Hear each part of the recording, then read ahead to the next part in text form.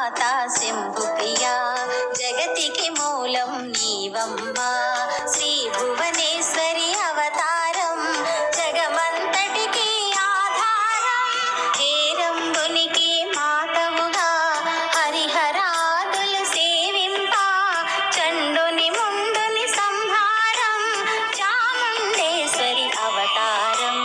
పద్మరేకుల కాంతులతో బాలా త్రిపుర సుందరిగా హంసవా